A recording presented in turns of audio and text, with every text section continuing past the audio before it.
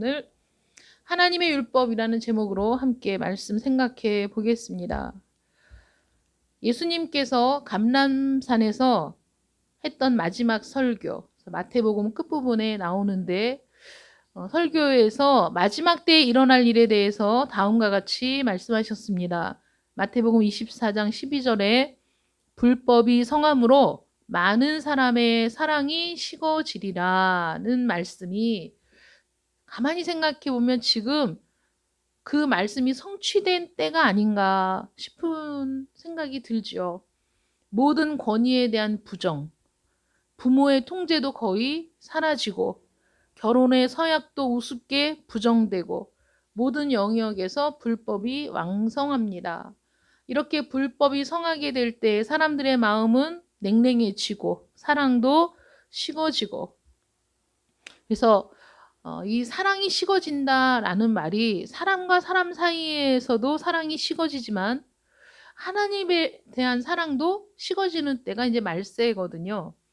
하나님에 대한 사랑은 어떻게 나타나느냐? 우리가 하나님을 사랑한다는 것을 어떻게 알 수 있느냐? 주님의 뜻에 대한 순종에 의해서 표현이 되는 겁니다. 내가 하나님을 사랑합니다라고 입술로는 얼마든지 말할 수 있지만, 그러나 하나님을 사랑하는 것이 어떻게 나타나야 되느냐? 하나님의 말씀에 순종하는 것으로. 부부가 서로 결혼을 해도 원하는 바가 다르기 때문에 다 다르죠. 예를 들어서 어떤 가정은 그 아내는 남편이 가사 일을 도와줄 때 자기가 존중받고 사랑받는다고 느끼는 거예요. 그런데 남편은 여러 가지 어려서부터 자라온 환경의 영향인데, 남편은 자기는 정말 뼈가 부서져라 열심히 일해서, 그래서 그 열심히 일하는 걸로 돈을 벌어서 자기 아내와 아이들이 걱정 없이 근심 없이 살게 해주고, 이게 그 아내와 자녀에 대한 사랑이라고 생각을 하는 거예요. 그래서 집에 오면 아내가 집안 관리를 다 해주고 자녀들도 케어해주고 맛있는 밥상도 차려주고, 이게 그 사람이 느끼는 행복. 그리고 자기는 그걸 힘으로 나가서 열심히 뼈가 부서져라 분골쇄신하며 일을 해서 그 돈을 벌어다 주는 게 자기의 사랑이라고 생각하고 있고, 그렇게 하는 거에 대한 보답이 아내의 가정에서의 헌신이었고, 이 아내는 뭐 다 필요 없고 내가 정말 이 남자에게 사랑받고 존중받는다는 느낌은 이 남자가 아무리 바빠도 집에 와서 그 가사를 도와주는 거, 분담해 주는 거, 이게 사랑이라고 생각을 했기 때문에 결혼하면서부터 계속 싸웠대요. 조정이 안 돼가지고. 그래갖고 나중에는 결국 이혼했다. 그런 부부가 있다. 이런 얘기를 들었어요. 그러니까 우리가 사랑받는다는 느낌이 다 다르죠. 그러니까 그 여성분은 남편이 그렇게 해줄 때 사랑받는다고 느끼기 때문에, 남편이 하루 종일 일하고 야근하고 밤에 12시가 돼서 들어오면 안 하고 있다는 거야. 아무것도. 남편이 와서 해야 돼, 그거를. 12시에 와도. 그러니까 그래서 많이 배우고 똑똑하고 그런 여성들이 정말 똑똑하고 지혜로운 게 뭔지를 모르는 거다. 이제 그런 얘기를 들었는데, 어쨌든 우리가 인간들도 어떻게 할 때 내가 사랑받는다고 느끼는 게 다 사람마다 다르듯이, 그럼 하나님을 사랑한다는 게 사람마다 다 다르게 생각할 수 있잖아요. 그런데 하나님은 분명히 말씀하시는 거예요. 너희가 나를 사랑하면 내 계명을 지키는 거. 이렇게 말씀하셨어요. 그래서 예수님께서도 요한복음 14장 21절에 나의 계명을 지키는 자라야 나를 사랑하는 자니 라고 말씀하셨거든요. 분명하게 말씀하셨어요. 내 계명을 지켜야 나를 사랑하는 자야. 또 기록하기를 요한일서 5장 2절부터 3절에 보면, 우리가 하나님을 사랑하고 그의 계명들을 지킬 때에 이로써 우리가 하나님의 자녀를 사랑하는 줄을 아느니라. 하나님을 사랑하는 것은 이것이니 우리가 그의 계명들을 지키는 것이라. 그의 계명들은 무거운 것이 아니로다 라는 말씀이 있습니다. 그러면 사랑이 불충분하다라는 것은 하나님의 계명에서 벗어났다, 또 그것을 지키는 일에 실패했다라고 볼 수 있는 거죠. 유다서에서는 배교자들에 대해서 언급하면서 그 배교자들의 특징이 뭐냐면 권위를 업신여기고 영광을 비방하는 자라고 묘사하고 있습니다. 그래서 모든 그 불법의 본질이 뭐냐? 지배력에 대한 경멸이 불법의 본질입니다. 그래서 권위로부터 이탈, 법으로부터의 해방을 주장하죠. 그런데 많은 영향력 있는 이런 상황에서 많은 영향력 있는 그리스도인들이 하나님의 율법은 오늘날 그리스도인들에게 구속력이 없다. 율법은 오직 이스라엘을 위해서 주어진 것이다. 구약에만 존재하는 것이다. 지금은 은혜의 시대이기 때문에 율법은 은혜의 대적이다 라고 주장을 하고 있다는 거죠. 그리고 그리스도인들에게는 성령이 내주하시니까 율법이 필요하지 않다라고 주장하는 사람들도 있습니다. 그래서 하나님의 말씀, 그 율법, 계명들을 가지고 그 사람들의 양심에 어떤 호소를 하죠. 우리는 율법에 비추어서 이렇게 죄인이고 또 이건 잘못된 것이고 뭐 이렇게 얘기를 할 때 그런 사람들을 싸잡아서 율법주의자라고 낙인을 찍어버린다는 거예요. 뭐 오늘날처럼 권위를 업신여기는 시대가 있을까요?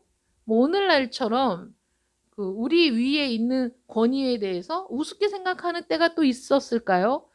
그렇게 생각이 들 정도로 지금은 권위라는 것이 없어진 지가 오래된 것 같아요. 아버지의 권위? 요즘에 아버지의 권위를 어디서 찾습니까? 부모로서의 권위? 어디서 찾습니까? 자녀들이 왕인데 떠받들어야 되고 부족함 없이 길러야 되고 그래서 부모로서의 권위를 가지고 자녀들을 훈계하고 그런 일이 지금은 너무 드문 일이 되었죠. 자녀를 때리라는 말이 아니라 권위로서 훈계하는 일도 지금은 굉장히 드문 일이 되어서 자녀들이 부모의 권위를 벗어나서 부모의 통제를 벗어나서 마음대로 행동하고 살아도 참 어떻게 하지 못하는 부모들도 굉장히 많이 있습니다. 이런 세대에서 이런 현실에서 우리는 율법의 본질에 대한 성경적인 견해를 우리가 확인하고 그 성경적인 견해를 우리가 갖는 것이 무엇보다 제일 중요하다는 거죠. 하나님께서 우리에게 주신 다른 모든 것들처럼 율법은 하나님의 사랑의 표현이에요. 하나님의 자비하심의 나타남이고 은혜의 제공물이라는 거죠. 그래서 아까 요한일서 말씀처럼 하나님의 계명은 무거운 것이 아니다. 무거운 것이 아니다라고 표현했죠. 시편 40편 8절에 보면 이제 그리스도께서 이 땅에 오셨을 때 그 표현이 나오는데 어떻게 나오냐면 주의 율법이 즐겁다라는 표현을 했어요. 주의 율법이 즐거워. 근데 사도 바울도 로마서 7장 12절에 보면 이로 보건대 율법은 거룩하고 계명도 거룩하고 의로우며 선하도다라고 얘기하고 있거든요.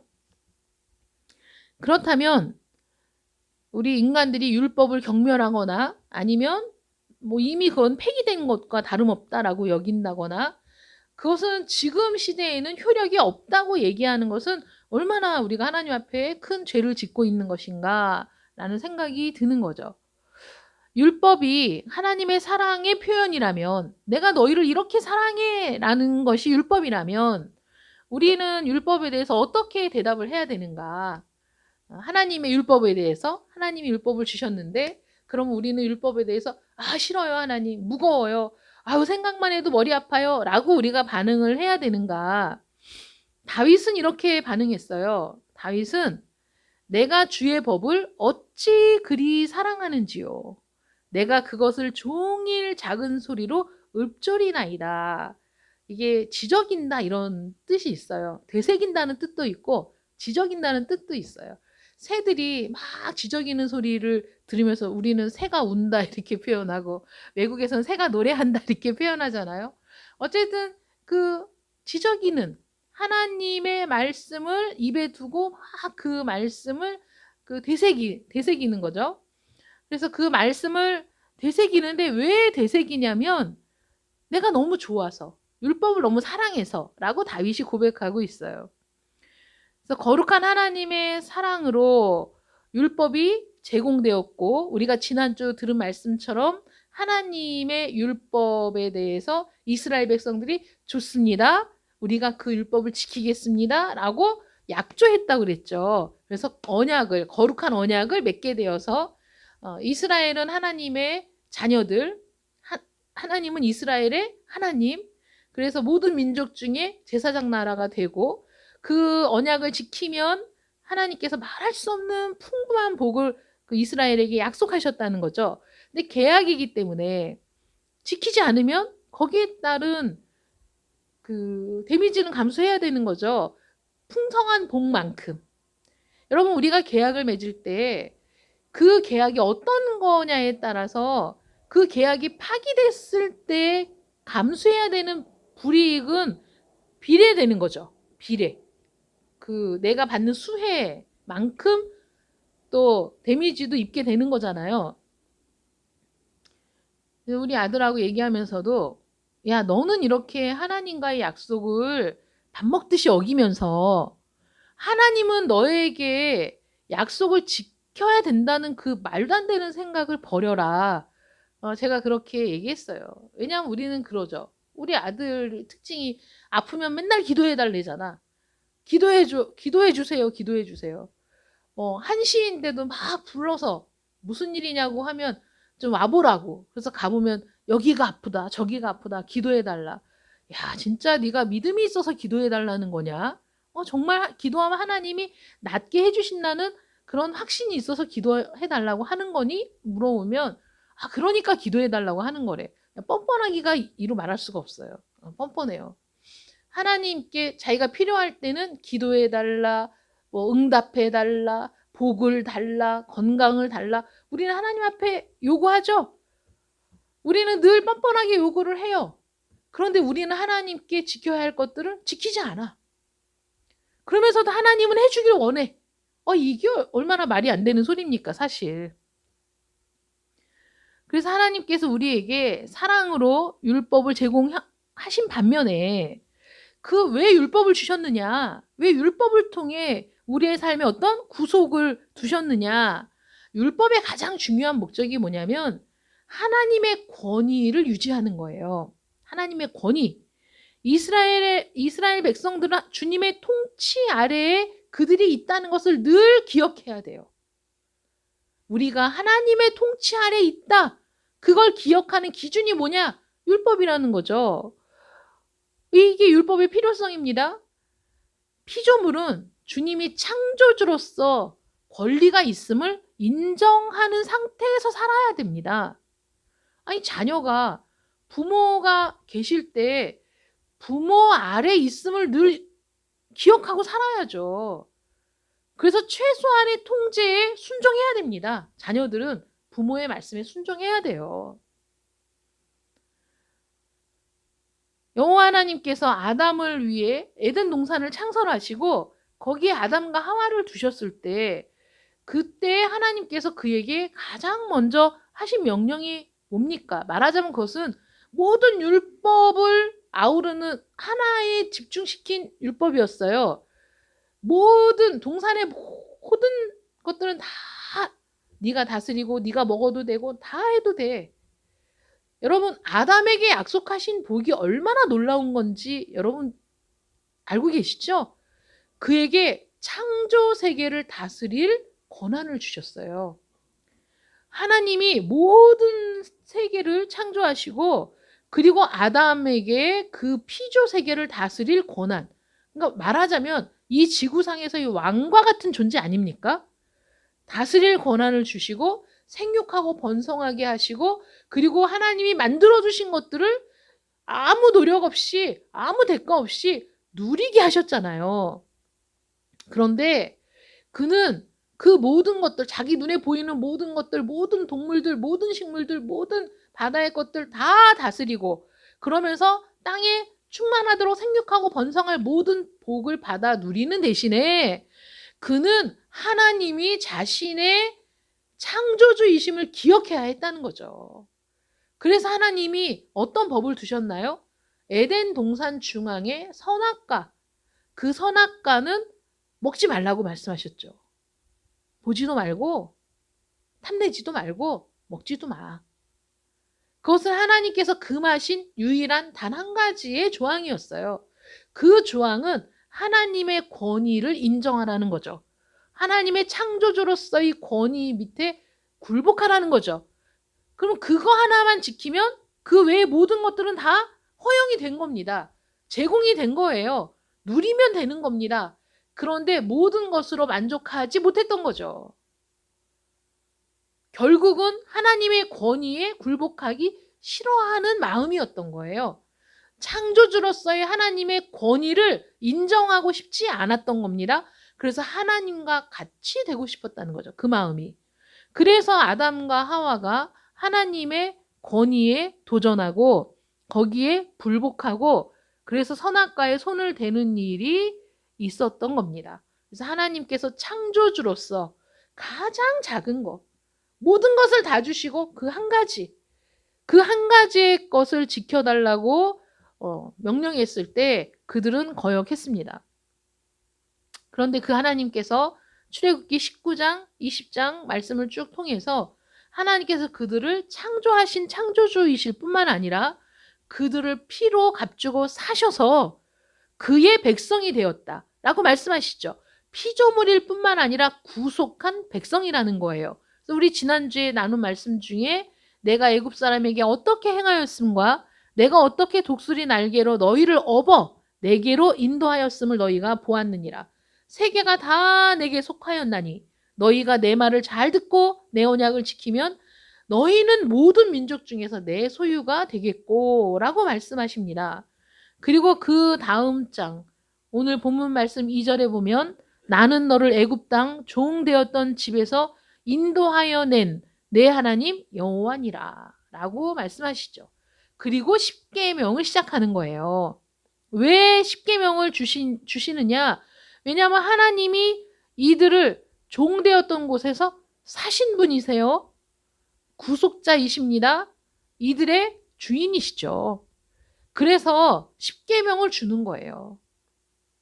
내가 종을 사서 우리 집에 데리고 들어왔으면 그러면 그 종은 우리 집의 규율을 지켜야 됩니까? 안 지켜도 됩니까? 지켜야 되는 거잖아요.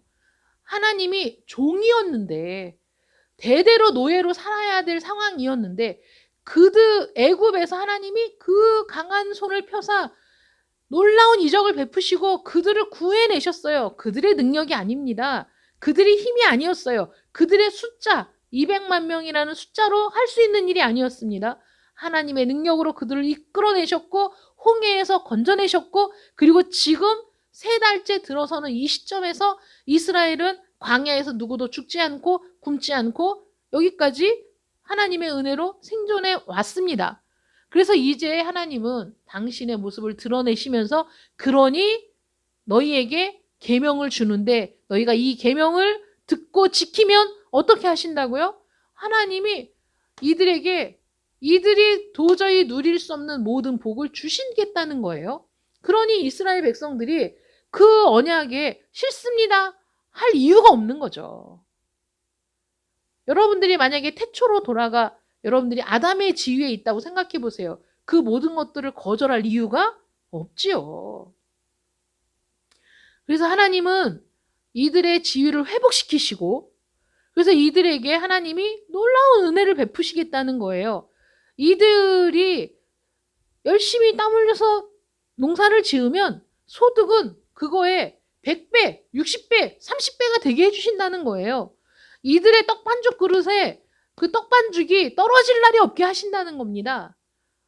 이들에게 약속하신 모든 은총, 이들이 정말 걱정 없이 근심 없이 하나님의 은혜를 누리며 살아갈 수 있게 해주신다는 거죠. 그러니까 계명은 사랑입니다. 사랑이에요.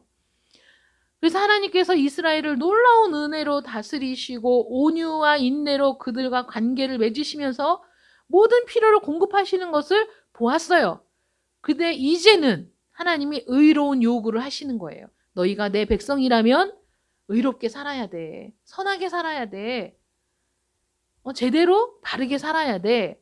그래서 그 바르게 사는 길, 선하게 사는 길, 의롭게 사는 길을 제시하시는 겁니다. 그래서 그 하나님의 권위를 인정할 때 우리는 그 말씀에 굴복할 수밖에 없다는 것이죠. 하나님의 뜻은 완전하기 때문에 그분이 나의 삶의 조정자가 되어야 하는 것이 마땅한 일입니다. 우리는 구속받은 자들이기 때문에 하나님을 경외하고 순종하고 섬겨야 할 중요한 의무 아래에 있게 되는 거예요. 모세가 그의 생애의 마지막에 이르러서 이스라엘 백성에게 이 사실을 이렇게 강조했습니다. 신명기 15장 15절에 내 하나님 여호와께서 너를 속량하셨음을 기억하라. 그것으로 말미암아 내가 오늘 이같이 내게 명령하노라.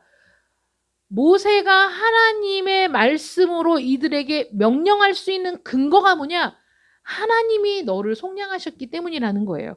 하나님이 너의 구속자이기 때문에, 하나님이 너의 창조주이시기 때문에 이렇게 명령할 수 있다. 은혜를 약속하지 않아도, 복을 약속하지 않아도 명령하실 수 있는 하나님이 그 명령을 준행하면 복을 주신다고 말씀하시잖아요. 더하여 주시는 은혜가 이루 말할 수 없는 거죠. 그래서 하나님께서 이스라엘에게 주신 율법은 세 가지로 분류할 수 있어요. 첫 번째 도덕법, 두 번째 종교의식에 관한 법, 세 번째는 시민생활에 관한 법입니다. 사실 무법 천지에서 사는 것보다는 법이 있는 게 훨씬 좋죠. 약한 자를 보호할 수 있는 거예요. 그래서 법이 올바르게 세워질 때 그 법으로 다스린다면 그 사회는 안정될 수밖에 없죠. 하나님께서 이들에게 법을 주셨어요. 도덕법, 종교의식법, 시민생활법. 무디가 십계명 해설이라는 책에서 이렇게 말하고 있습니다.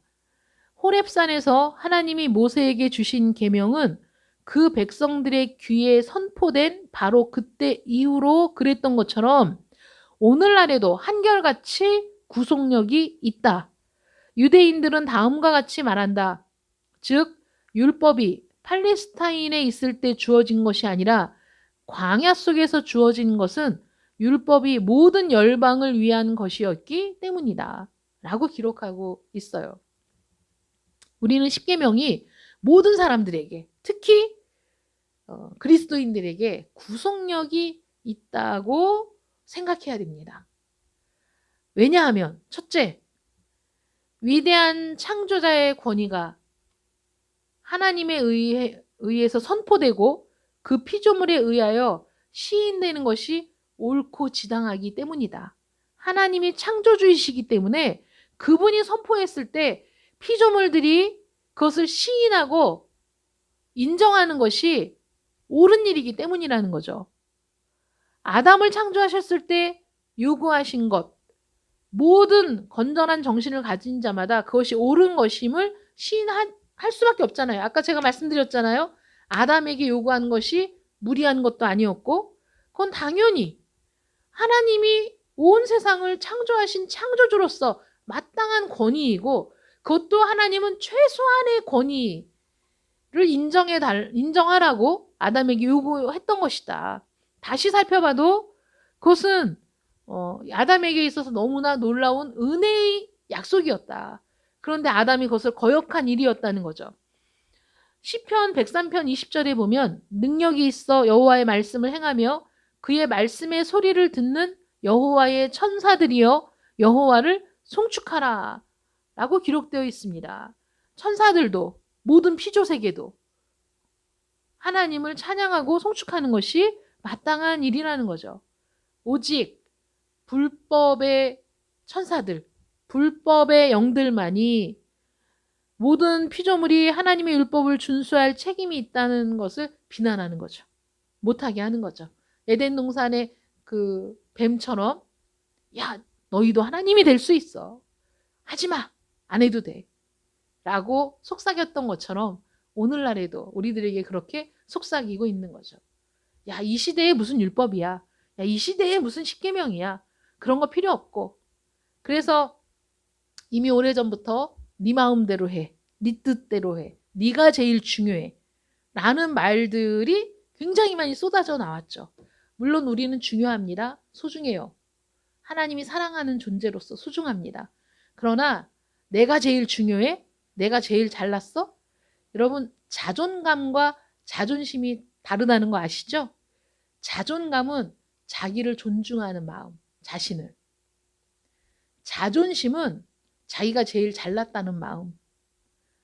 자존심은 버리고 자존감을 키워야 돼요. 그래서 내가 자기를 스스로 존중하는 마음이 나를 어떻게 제대로 존중할 수 있느냐? 내가 하나님의 자녀일 때, 내가 하나님의 사랑을 받는 자라고 인식할 때. 그래서 나는 실제로는 참 부족하고 나는 늘 죄된 생각을 하는 사람이라는 자기 자신에 대한 현실적인 자각을 하고 있는데, 그럼에도 불구하고 하나님의 사랑을 받는 존재라는 그것 때문에 하나님이 나를 존중하시니 그 은혜에 감격하여 나도 내 자신을 존중하는 이런 진정한 자존감이 우리에게 있어야 되는 거죠. 그런데 우리에게 그 참된 자존감을 키울 수 있는 기회를 박탈하고, 그래서 자존심만을 내세우는 사람으로, 자기 잘난 맛에 사는 사람으로, 나 외에 다른 사람이 없다는 생각으로, 또는 내가 제일 중요하다는 생각으로 살게 만드는 것이 바로 불법의 영들이 하는 일들이라는 거예요. 두 번째, 십계명은 결코 폐지된 적이 없다는 겁니다. 구약시대에만 있는 거야. 유대인들에게만 필요한 거야. 그게 아니라는 거예요. 신약시대에 들어와서도 예수님에 의해서 폐지된 적이 없어요. 예수님의 제자들에 의해서 폐지된 적이 없습니다. 또 십계명은 하나님이 친히 두 돌판에 손가락으로 써주셨다는 거죠. 양피지에 기록된 게 아니에요. 그건 뭐냐면 사람들이 생각할 때 돌판에 기록되었다는 건 영원하다라는 이미지가 있잖아요. 하나님이 두 돌판을 준비하게 하셔서 거기에다 십계명을 친히 기록해 주셨어요. 그것은 이 율법은 영원히 너희들이 영원토록 기억해야 될 말씀이다, 율법이다 라고 보여주셨다는 거죠. 세 번째는 십계명이 우리에게 필요한 것이기 때문이에요. 우리가 나만 잘 살아서 잘 살 수 있는 세상이 아니잖아요.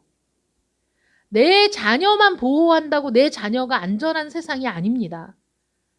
모든 아이들이 보호되어야 하고 이 사회가 건전해야 하고 모든 사람들의 생각이 올바른 방향으로 나아갈 때 그때 우리는 안전하게 가정을 꾸리고 자녀를 양육할 수 있다고 생각하죠. 십계명이 우리에게 필요한 이유입니다. 지금 우리 인간의 본성이 그 몇천 년 전, 3, 4천 년 전에 십계명이 주어졌을 때보다 지금은 발전을 해가지고 사람의 본성이 매우 개량되었어. 그래서 그때보다 훨씬 우리가 인성이 나아졌어. 그래서 더 이상 거룩한 율법에 대한 요구가 지금 없어졌어. 라고 생각이 드십니까? 우리가 그렇게 달라졌을까요? 인간의 본성이? 만약에 옛날 언약의 백성들이 그 율법을 들었을 때 그들이 일제히 소리질러 우리가 그 언약을 맺겠다고 너무 좋다고 기뻐했던 그런 법이라면 오늘 우리들에겐 그렇지 않다는 말일까요? 요즘 사람들이 우상 숭배의 경향이 희박하기 때문에 야, 이제는 뭐 21세기 최첨단의 시대인데 우상 숭배라는 게 있을 수 있겠어? 그러나 여러분 보세요. 지성인들의 장소, 대학교 앞에 얼마나 많은 타로 카페들이 있는지, 지금도 최첨단 과학의 시대를 살고 있는 젊은이들이 얼마나 많이 미신에 빠져 있는지를 본다면 인간의 본성은 바뀌지 않았다는 거죠. 우상 숭배의 경향도 약해지지 않았어요. 우리 육신의 마음의 증오심이 이제는 사라졌을까요? 이 21세기의 자녀들은 그들의 부모들에게 너무나 헌신적이고 순종하는 마음으로 살아가고 있기 때문에 필요가 없을까요? 아니면 인간의 생명을 너무나 존중해서 살인하지 말라고 말하는 것이 지금 아무 쓸모가 없는 말인가요? 결혼 관계를 매우 신성하게 여겨서 간음하지 말라는 말이 지금 불합리한 말입니까? 이제는 세상 사람들이 너무도 정직해져서 도둑질하지 말라고 상기시키는 일이 시간 낭비가 되는 일인가요?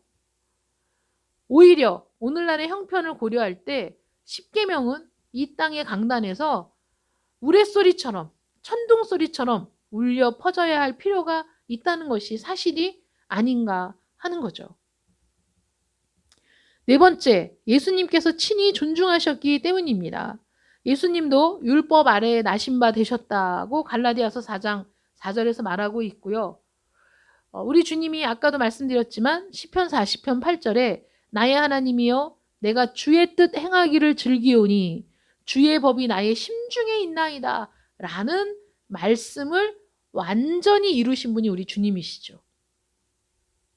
우리 주님께서 거룩한 하나님의 율법을 존귀히 여기셨다는 것이 다음 예화에서 드러납니다. 예화가 아니고 실제 있었던 일이죠.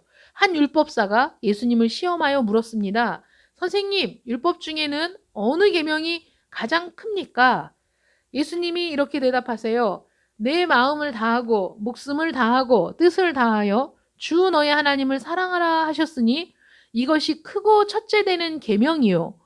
둘째도 그와 같으니 내 이웃을 내 자신같이 사랑하라 하셨으니 이 두 계명이 온 율법과 선지자의 강령이니라.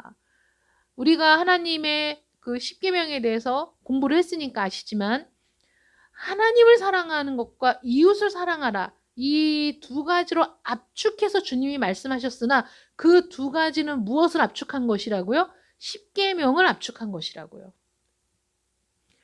다섯 번째, 우리 주님이 분명히 말씀하셨어요. 우리 산상수훈도 함께 나누었던 말씀이잖아요. 내가 율법이나 선지자를 폐하러 온 줄로 생각하지 말라. 폐하러 온 것이 아니라 어떻게 하려고 오셨다고요?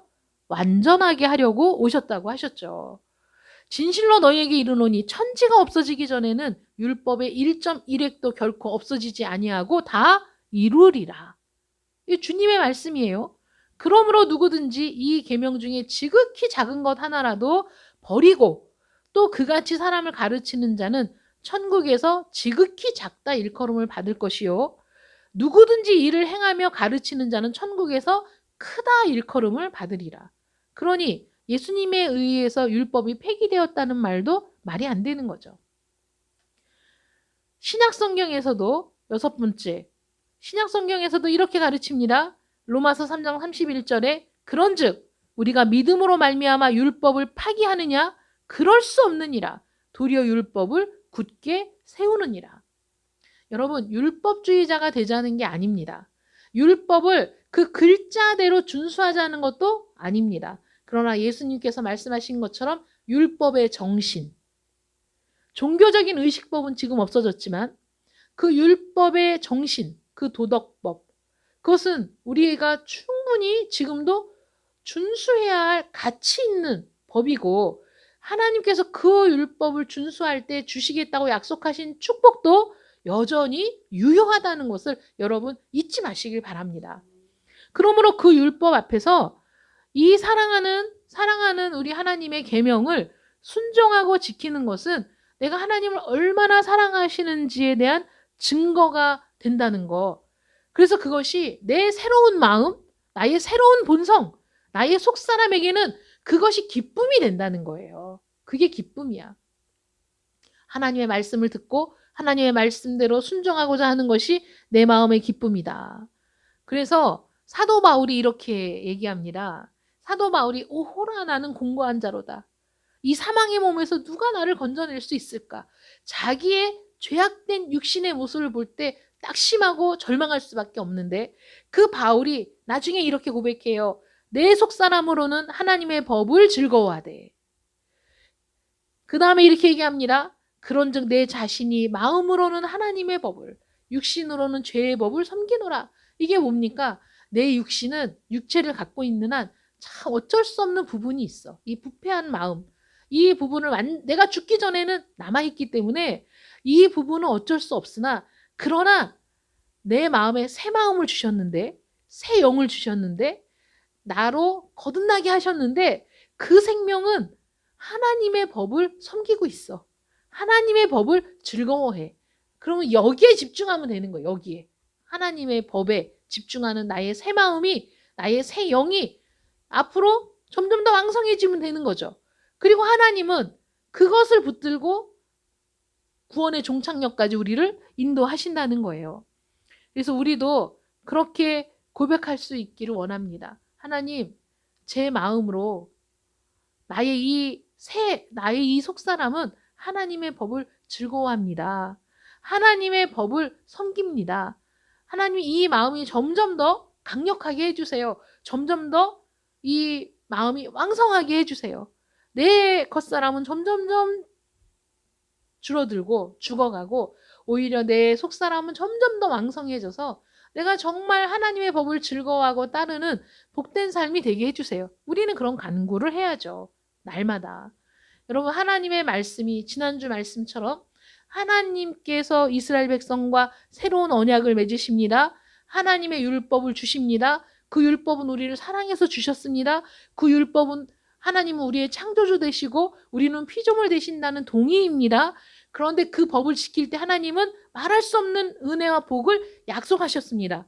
그들이 그 법을 준수하면 하나님은 복을 주신다고 말씀하셨고, 그들이 언약을 맺었기 때문에 하나님의 법을 준수하지 않으면, 불순종하면 거기에 상응하는 화를 입게 된다고 분명히 말씀하셨어요.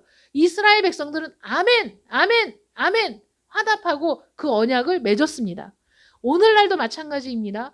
우리가 하나님의 법을 준수하겠다고 우리 마음속으로 결심하고 다짐하고 하나님의 자녀로서 우리가 살아갈 때 하나님은 우리에게 은혜를 주십니다. 풍족하게 채워주십니다. 부족함이 없게 하십니다. 우리가 열심히 애쓰고 수고한 대로 우리 손에 남게 하십니다. 우리가 쓸데없는 질병에 걸리지 않게 하시고 우리의 모든 삶을 책임져 주십니다. 그런데 우리가 하나님 말씀에 불순종하면, 하나님의 법을 지키지 않으면 그에 상응하는 것들이 우리에게 온다고 해도 우리가 이상할 것이 없는 거죠. 마귀는 여전히 에덴 동산에서처럼 지금도 우리의 귀에 속삭이며, 야, 그런 것들은 다 필요 없는 거야. 구약시대에만 존재했던 거야. 유대인들에게만 필요한 거야. 지금 그딴 게 뭐가 필요해. 지금은 은혜의 시대야. 여러분, 그 은혜는 하나님의 공의가 충족됐을 때 은혜가 임하는 거예요. 우리 주님이 하나님의 공의를 충족시켜 주셨기 때문에 은혜가 우리에게 임한 겁니다. 그러니 우리는 옛날처럼 율법에만 얽매여 사는 사람이 아니라 은혜를 입은 사람이기 때문에 마땅히 하나님의 말씀을 준수하고자 하는 심령으로 여러분들이 충만하기를 축원합니다. 그래서 오늘도 여러분들이 하나님 앞에 고백하시길 바랍니다. 하나님, 내 육신의 법은, 내 육신은 이 땅에 있는 죄의 법을 섬기지만 하나님께서 내 마음에 새롭게 창조하신 내 속사람은 하나님의 법을 즐거워합니다. 하나님의 법을 섬깁니다. 하나님, 내 일생 다가도록 하나님만을 섬기고 하나님이 나의 주인 되시며 창조주 되심을 잊지 않고 살아갈 수 있도록 도와주세요. 기도하는 여러분들 되시기를 축원합니다. 기도하겠습니다. 사랑의 하나님, 감사합니다. 이스라엘 백성을 애굽 땅 종되었던 곳에서 구해내시고 그들에게 새로운 법을 주셨던 것처럼 우리도 사망의 법에서 이 땅에서 죽을 수밖에 없는 존재인데도 우리를 불러내시고 구속해 주시고 은혜를 베풀어 주셨습니다. 우리 주님께서 우리 대신 죄의 값을 다 치르셔서 우리는 값없이 하나님을 아버지라 부를 수 있게 되었고 하나님의 구속을 입은 자가 되었고 하나님의 은혜를 입은 자가 되었습니다. 하나님, 이제후로는 우리 안에 새 생명을 주시고 새 마음을 주시고 이전 것은 지나갔으니 보라 새 것이 되었다고 선언해 주셨으니 이젠 이 새 마음을 붙들고 하나님의 법을 준수하며 살아가기를 원합니다. 주께서 함께 하시고 성령께서 도와주셔서 하나님의 말씀을 붙들고 살아가는 저희들, 하나님의 법을 준수하기 위해 힘쓰는 저희들 되게 하여 주시옵소서. 하나님의 법을 준수하며 살아갈 때 약속하신 은혜와 복을 우리에게 충만히 부어주시며 우리 안에 가득한 이 기쁨과 감격을 가지고 하나님의 복음을 증거하는 저희들 되게 하시며 하나님의 이 은총을 많은 사람들이 누릴 수 있도록 저희들도 다른 이들을 섬길 수 있게 도와주시기를 간절히 원합니다. 창조주 되신 아버지 하나님, 우리의 구속주 되신 아버지 하나님, 감사하고 감사합니다. 주 뜻대로 순종할 수 있는 은혜와 능력을 주실 줄 믿사옵고 예수님의 이름으로 기도드립니다. 아멘.